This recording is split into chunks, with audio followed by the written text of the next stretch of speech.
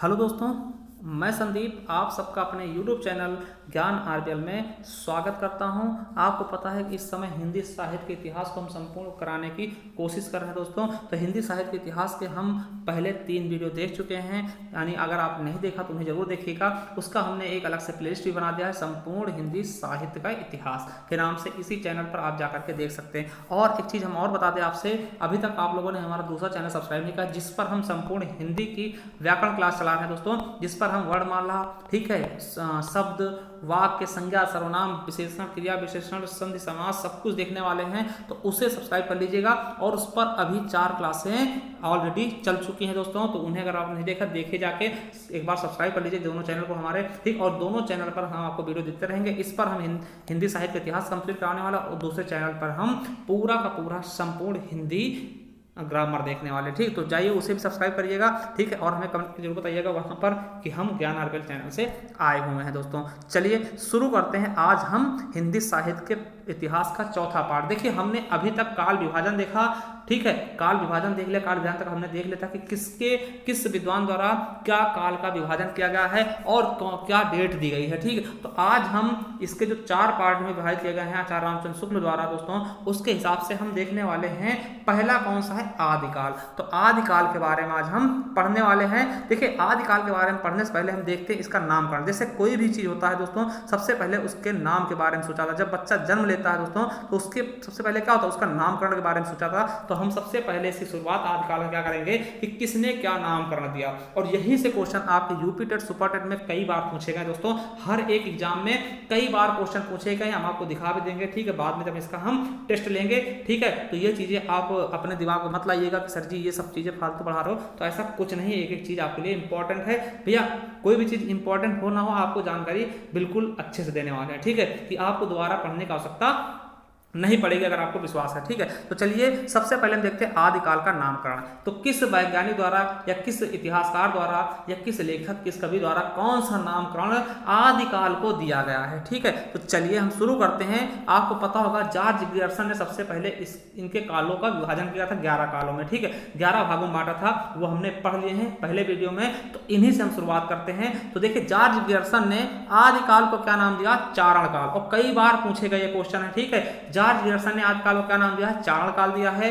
आचार्य रामचंद्र शुक्ल ने क्या कहा है? वीर गाथा काल। क्या कहा है? वीर गाथा काल। दोस्तों याद रखेंगे, वीर गाथा काल कई बार पूछा गया ये वाला। और आचार्य महावीर प्रसाद द्विवेदी ने क्या कहा है? बीज वपन काल। और ये भी कई बार पूछे गए, ये दोनों बहुत बार पूछे गए। और देखिए, राहुल संस्कृत्यायन ने क्या कहा है आदिकाल को? सिद्ध सामंत काल। क्या दोस्तों? सिद्ध सामंत काल। तो ये चारों मोस्ट इंपॉर्टेंट है, ठीक है। तो सिद्ध सामंत काल किसने कहा? क्वेश्चन आएगा कि आदिकाल को सिद्ध सामंत काल की संज्ञा किसने दी? तो राहुल संस्कृत्यायन ने। बीज वपन काल किसने कहा?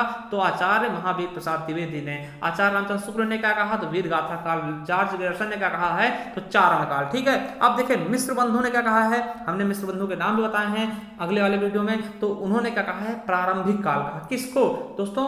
आदिकाल को प्रारंभिक काल किसने कहा? मिश्र बंधु ने, ठीक है। और वहीं आचार्य विश्वनाथ प्रताप मिश्र ने इसको क्या कहा है आदिकाल को? तो वीर काल की संज्ञा दी। क्या कहा दोस्तों? वीर काल की संज्ञा दी है। और अगर हम डॉक्टर रामकुमार वर्मा जी की बात कर लें, तो इन्होंने संधि एवं चारण काल कहा। संधि भी कहा, संधि काल भी कहा है, और चारण काल भी कहा है। किसने? डॉक्टर रामकुमार वर्मा जी ने। अगर वही बात कर ले आचार्य हजारी प्रसाद द्विवेदी जी की, तो इन्होंने आदिकाल की संज्ञा दी, ठीक है।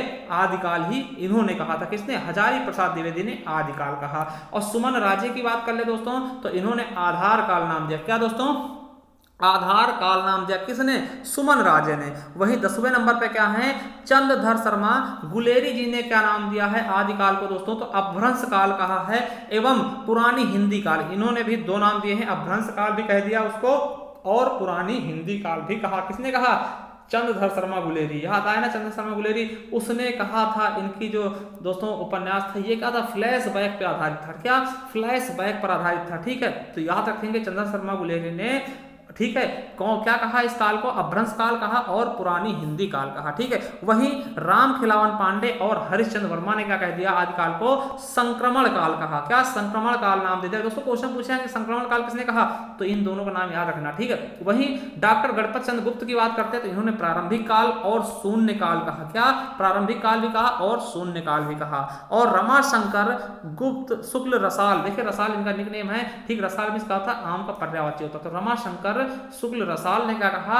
अंधकाल कहा और बाल्यावस्था काल कहा। मतलब बाल्यावस्था का तो यहीं से शुरुआत होती है हिंदी की, ठीक। तो बाल्यावस्था काल और अंधकाल किसने कहा है? तो रमाशंकर शुक्ल रसाल जी ने। वहीं अगर मोहन अवस्थी की बात कर लेते तो इन्होंने आधार काल कहा है आदिकाल को, और वासुदेव सिंह ने क्या कहा है? उद्भव काल कह दिया दोस्तों। क्या? उद्भव काल कह दिया दोस्तों। अब देखिए डॉक्टर धीरेन्द्र वर्मा ने क्या कहा है? तो इन्होंने भी अपभ्रंश काल कहा है। और एक चीज और याद रखेंगे कि अपभ्रंश काल और किसने कहा? तो गुलेरी ने भी अपभ्रंश काल कहा था, ठीक। पुरानी हिंदी काल और अपभ्रंश काल दोनों कहा था गुलेरी ने, ठीक। तो धीरेन्द्र वर्मा ने भी इसे अपभ्रंश काल के नाम से पुकारा है दोस्तों, ठीक है। तो देखिए ये क्या थे दोस्तों? पूरे पूरे नामकरण हमने देख लिया किसके हिसाब से क्या नामकरण था, ठीक है। अब देखिए हजारी प्रसाद द्विवेदी ने क्या कहा कि आदिकाल अत्यधिक व्याघातों एवं विरोधों का युग है। क्या कहा इन्होंने? आदिकाल के बारे में क्या स्टेटमेंट दी है हजारी प्रसाद द्विवेदी ने? उन्होंने कहा कि आदिकाल अत्यधिक व्याघातों एवं विरोधों का युग है दोस्तों, ठीक है। और वहीं रामचंद्र शुक्ल ने क्या कहा है? आचार्य रामचंद्र शुक्ल जी ने क्या कहा है कि आदिकाल अनिर्दिष्ट लोक प्रवृत्ति का युग है। तो ये भी याद, दोनों के स्टेटमेंट हम क्या रखेंगे? याद कर लेंगे बिल्कुल अच्छे से दोस्तों, क्योंकि ये भी आपके एग्जाम में पूछे जा सकते हैं, ठीक है। कि किसने अत्यधिक व्याघातों का युग किया है, कहा है, ठीक। तो ये चीजें याद रखेंगे। अब देखिए हमने नामकरण देख लिया, अब दोस्तों इनकी समय सीमा भी तो देखनी चाहिए एक बार हमें, ठीक है, कि आदिकाल की समय सीमा किसके हिसाब से कितनी रही, तो ये भी जरूरी है। तो चलिए हम देखते हैं। देखिए ये इतिहासकार हो जाएंगे और ये समय काल हो जाएगा। जॉर्ज ग्रियर्सन ने क्या माना दोस्तों? हमने सबको ईस्वी में लगा दिया, ठीक है। संवत, ठीक है, ईस्वी में हमने लगा दिया है, ठीक है। संवत विक्रम संवत में नहीं लगा के हमने ईस्वी में उनको कन्वर्ट कर दिया, ठीक है। चलिए अब देखिए जॉर्ज ग्रियर्सन ने क्या समय माना था? 643 से ईस्वी से लेकर के 1400 ईस्वी तक, मतलब कि आदिकाल का समय क्या माना था जॉर्ज ग्रियर्सन ने? देखिए नाम पर हमने बता दिया, ये क्या है उनका समय, किसने क्या माना है आदिकाल का? तो जॉर्ज ग्रियर्सन ने 643 ईस्वी से लेकर के 1400 ईस्वी तक माना। वहीं आचार्य रामचंद्र शुक्ल जो कि बहुत ही इंपॉर्टेंट और मानक है दोस्तों, तो इन्होंने क्या माना था उसका कार्यकाल? तो 1993 से लेकर 1318 ईस्वी तक, ठीक। इन्होंने संवत दिया, उसका हमने ईस्वी में चेंज कर दिया। वहीं डॉक्टर नगेंद्र की बात कर लेते हैं तो इन्होंने 650 ईस्वी से लेकर के 1350 ईस्वी तक बताया है आदिकाल का समय दोस्तों, ठीक है। अगर हम हजारी प्रसाद द्विवेदी जी की बात करते हैं तो वो 10वीं सदी से लेकर के 14वीं सदी के बीच का माना है, ठीक है। 10वीं शताब्दी से 14वीं शताब्दी के मध्य माना है किसने? आचार्य हजारी प्रसाद द्विवेदी जी ने। और डॉक्टर गणपत चंद्र गुप्त की बात करते हैं तो 1184 ईस्वी से लेकर के 1350 ईस्वी तक आदिकाल मानते हैं। और अगर मिश्र बंधु जी की बात करते हैं तो 643 ईस्वी से लेकर के 1387 ईस्वी तक ये मानते हैं कि आदिकाल था दोस्तों, ठीक है। अब देखिए कुछ चीजें हम देख लेते हैं आचार्य रामचंद्र शुक्ल के संदर्भ में दोस्तों, ठीक है, क्योंकि ये बहुत ही बड़े, मतलब इनका जो मत था उसे सर्वमान्य माना गया था, ठीक है। अब देखिए आचार्य रामचंद्र शुक्ल द्वारा आदिकाल के संदर्भ में क्या बातें कही गई? देखिए प्राकृत को, ठीक है, प्राकृत को अंतिम अपभ्रंश अवस्था में ही, अब अंतिम अपभ्रंश अवस्था से ही हिंदी साहित्य का आविर्भाव माना जा सकता है दोस्तों। इन्होंने कहा कि जो प्राकृत को अंतिम जो अपभ्रंश अवस्था है वहीं से हिंदी साहित्य का आविर्भाव माना जा सकता है, किसने कहा? आचार्य रामचंद्र शुक्ल जी ने कहा है, ठीक है। और देखते हैं दोस्तों और क्या क्या है। देखिए हिंदी साहित्य का आदिकाल संवत, ये आचार्य रामचंद्र शुक्ल के द्वारा है दोस्तों। हिंदी साहित्य का आदिकाल संवत 1050 से लेकर संवत 1375 तक, अर्थात महाराज भोज, जो महाराज भोज थे, ठीक, के समय से लेकर का हमीर देव के समय के कुछ तक माना जाता है। मतलब कहां से कहां तक इन्होंने समय लिया है? इन्होंने बताया है कि महाराजा भोज से लेकर के हमीर देव तक के समय को इन्होंने आदिकाल बताया है, संवत से 1050 से लेकर के 1375 संवत के बीच को, ठीक है। चलिए अब देखिए वीर गाथा काल इन्होंने कहा था ना, देखिए राजाश्रित मतलब राजाओं पे आश्रित, ठीक, कवि और चारण, चारण मतलब क्या होता है? जो उनके चरणों में पढ़े थे, चरणों मतलब समझ ना, उनके साथ हर जगह जाते थे, उनकी प्रशंसा करते थे, ठीक है। जिस प्रकार नीति, ठीक है, श्रृंगार आदि के फुटकल दोहे, जो आप पता है कि जो उनके श्रृंगार शहीद हुए होते थे, है ना, राजसभाओं में सुनाया करते थे, वो लोग सुनाते थे वीरता के और श्रृंगार रस के, है ना। उसी प्रकार अपने आश्रयदाता राजाओं के पराक्रम गाथाओं का वर्णन करते थे। ठीक, देखिए एक राजा कवि थे ना जो वहां पे रहते थे, वो सुनाया करते थे श्रृंगार रस के, है ना।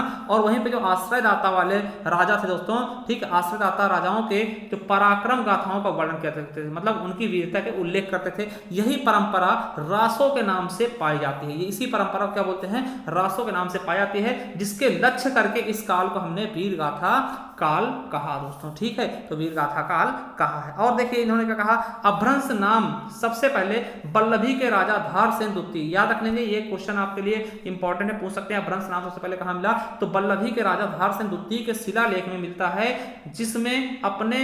जिसमें उसने अपने पिता गुहसेन यानी विक्रम संवत 650 ईस्वी पहले, है ना, को संस्कृत, प्राकृत और अभ्रंश तीनों का कवि कहा। मतलब जो धरसेन थे उन्होंने अपने पिता को दोस्तों को, क्या नाम था उनके पिता का, गुहसेन, उन्हें तीनों भाषाओं का निपुण कवि माना था। क्या किसका किसका, संस्कृत हो गया, प्राकृत हो गया और अभ्रंश, तीनों की तीनों भाषाओं का कवि माना था दोस्तों। ठीक है, तो याद रखेंगे ये चीजें, तो याद रखेंगे दोस्तों। आज के लिए इतना ही काफ़ी है, नेक्स्ट पार्ट हम जल्दी लेकर आने वाले हैं। उसके पहले हम आपको बता दें दोस्तों, चलिए थोड़ा सा हम बात कर जाते हैं कि हमारा जो दूसरा चैनल है, इस तरीके से आप जाएंगे, सर्च करेंगे यूट्यूब पे, तो ये ऐसा दिखेगा, ये लोगो होगा दोस्तों, इसे सब्सक्राइब कर लीजिएगा। ठीक है, इस पर देखिए हमने हिंदी साहित्य भी कुछ चला रखे, जैसे कि निबंध क्या होता है, पहला निबंध कौन सा क्या है, इस तरीके से हमने बहुत सारी वीडियो बनाई है, वो मिल जाएगा। और हम इस पर क्या कर रहे हैं दोस्तों, संपूर्ण हिंदी चला रहे हैं, और 4 वीडियो हमने प्रोवाइड करवा भी दिए हैं। शुरू से हमने वर्णमाला से शुरू किया, अगर आप शुरू से देखना चाहते हैं बहुत अच्छे से, तो हमारे इस चैनल पर आपको जरूर मिलेगा। और जाइएगा, प्ले लिस्ट आपको नीचे मिल जाएगी, मतलब हम नीचे उसका लिंक दे देंगे, आप जाइए वहाँ पर उस चैनल सब्सक्राइब कर लीजिए। ठीक है, या फिर आप डायरेक्ट यूट्यूब पे जा करके इस तरह से ज्ञान एजुकेशन आरबीएल डाल के सर्च कर सकते हैं, और रेगुलर आप वीडियो देखिए, और आपको बहुत कुछ नया सीखने को मिलेगा। हिंदी में हम एक तरीके से लेकर के चलेंगे, ठीक है, यूपी पीसीएस लेवल तक का, ठीक है, कोई भी क्वेश्चन छूटने नहीं पाएगा हिंदी से। इसी पर हम, इसी जो ये वाला चैनल हमारा ज्ञान एजुकेशन आरबीएल, इस पर हम सब कुछ देखने वाले हैं, चाहे वो पत्र लेखन ही क्यों ना हो दोस्तों। ठीक है, आने वाले एग्जाम के लिए। तो चलिए, थैंक यू, धन्यवाद। अगर वीडियो अच्छी लगे तो चैनल सब्सक्राइब कर लेना, बेल आइकन जरूर प्रेस करना। थैंक यू, धन्यवाद।